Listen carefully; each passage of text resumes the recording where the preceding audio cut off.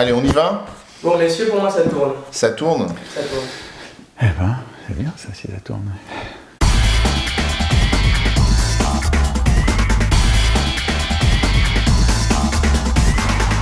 Bonjour Philippe. Bonjour Patrice. Je suis ravi de te recevoir ici et de revenir un petit peu avec toi sur le dernier club du marketing émotionnel, le dernier After émotionnel où tu étais, et où tu nous as parlé de ce nouveau monde. Qu'est-ce que tu as pensé de ce format club et de ton interaction avec nos invités? C'était très agréable, Patrice, je dois te le dire. Alors c'était agréable parce que, d'abord j'ai l'impression que les gens se connaissent. Et que si les gens ne connaissent pas, ils font vite connaissance. Et ça c'est très important. Et la deuxième chose, c'est que les gens se rencontrent avant les conférences et se retrouvent après les conférences. Or, on sait que quand on se retrouve, on discute avant ou après, mais en général, c'est ou l'un ou l'autre. Et là, on a les deux, fromage et dessert. Un grand plaisir. Je voudrais quand même qu'on rappelle à tous que tu es Monsieur Signaux Faibles, et donc tu es un intervenant en prospective.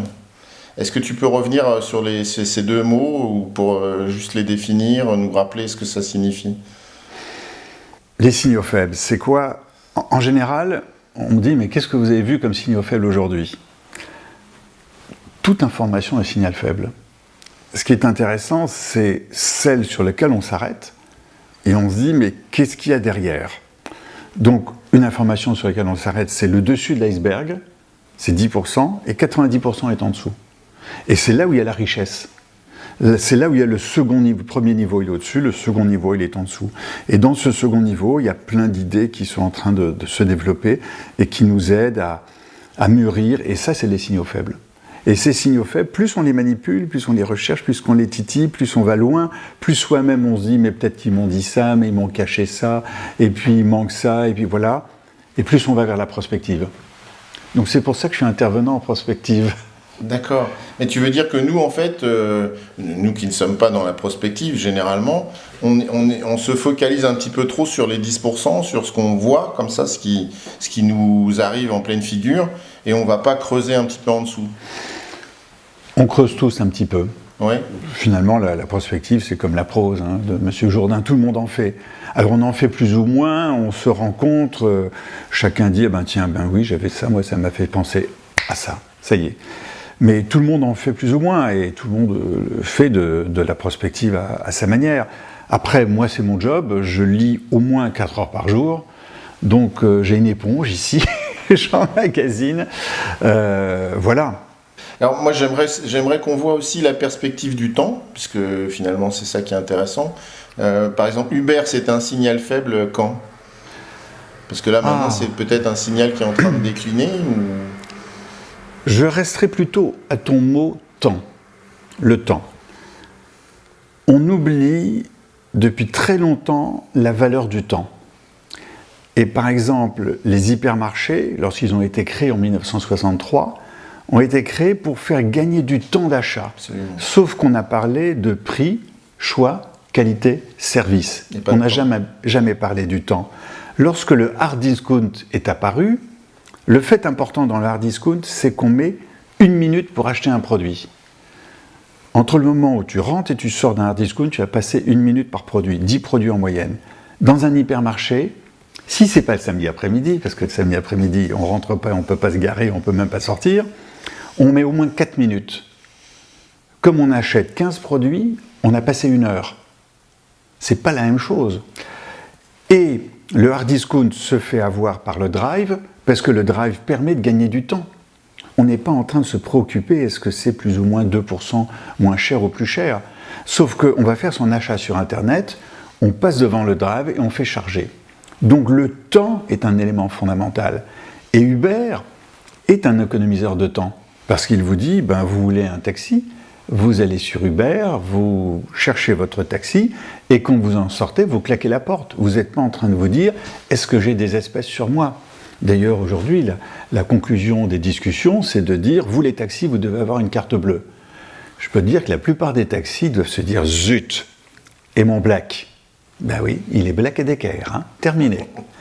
Donc, c'est ça. Amazon, c'est quoi? Amazon, c'est un économiseur de temps.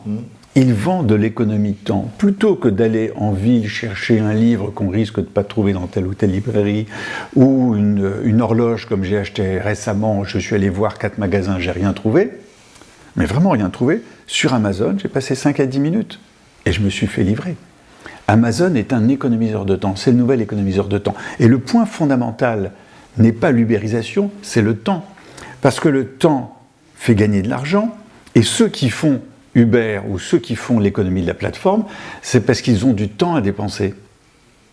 Et il y a des gens comme ça qui relisent des textes, qui vérifient des factures, et qui travaillent 1 heure, 2 heures, 3 heures par jour sur Internet, et ça leur permet de dire, ben voilà, ce soir, je n'ai pas de regarder de film à la télé, mais j'ai rentabilisé mon temps, même si j'ai gagné que 15 ou 20 euros. Et c'est ça l'idée d'Uber, c'est ça l'idée de ces plateformes, et c'est ça qu'il y a ubérisation. Et c'est positif, parce qu'on apprend un nouveau métier. On peut s'en perfectionner, ou on peut tester d'autres métiers. Mais est-ce que là, on n'est pas en train de rendre le temps un peu froid, un peu monétaire, on va dire, enfin monétisé? Est-ce qu'on ne va pas perdre l'idée que le temps qu'on accorde à quelqu'un, par exemple, c'est aussi... ça nous nourrit, c'est aussi du bonheur, le temps, non? C'est autre chose. Il y a du temps qu'on a envie de consacrer à gagner sa vie. À part la France, il y a beaucoup de pays dans le monde où avoir 2 emplois, c'est nécessaire. Ouais. Même en France. Mais ça ne se dit pas parce que ça ne fait pas bien. On n'a pas le droit de dire quand on est étudiant qu'on gagne sa vie pour se payer ses études. On dit non, on gâche sa vie. C'est faux. Donc, on a besoin de temps en temps d'utiliser un temps disponible pour gagner de l'argent. Maintenant, rencontrer les autres gens, les autres personnes, ça c'est quelque chose de totalement différent. C'est un besoin intrinsèque à la personne, sauf si on vit cloîtré chez soi, mais le plaisir de la rencontre, aujourd'hui quand il y a un match de rugby ou un match de foot, les cafés sont tous pleins. Ouais. Ceux qui ont des grands écrans, ils ont tous au moins un écran, ils en ont même plusieurs. Donc on a envie de rencontrer des gens. La foire de Paris, il y a du monde, tous les événements sportifs, culturels, etc. Il y a beaucoup de monde qui participe parce qu'on a envie de rencontrer, on a envie d'apprendre, etc. Ouais. Celui qui vit seul... Par exemple, on aurait pu faire ensemble ton intervention format webinar. Oui. Format club, c'est peut-être plus sympa. On n'aurait pas senti le goût du vin. De la même manière, et on n'aurait pas échangé des bonnes blagues comme on l'a fait dans ce contexte-là. Non. Donc finalement, c'est pas le même temps, quoi. On parle pas de la même chose, là. Non, ça fait penser aux 35 heures. Et c'est un élément qui est intéressant.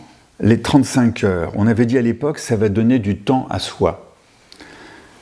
Ça n'a pas donné du temps à soi, ça a fait qu'on avait plus de temps pour faire d'autres choses ou pour travailler plus, etc. Et je prends un exemple caricatural parce que c'est peu connu ou c'est mal connu. À l'hôpital, c'était une catastrophe. Ouais. Les personnels hospitaliers faisaient les 3-8, parce que 3 x 8, 24. Mais 3 x 7, ça n'a jamais fait 35. Donc ils ont demandé les infirmières à travailler sur 12 heures, pour faire 3 x 12 heures, 36 heures. Et on retrouve maintenant plein d'infirmières qui travaillent en intérim ou dans le privé les autres jours de la semaine.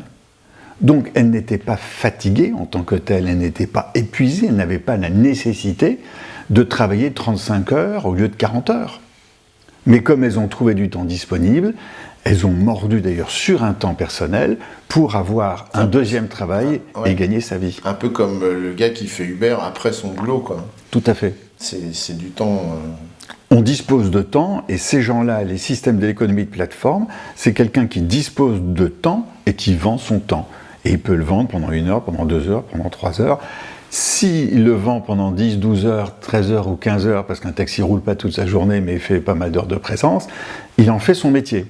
Là, c'est quelque chose de différent. C'est autre chose.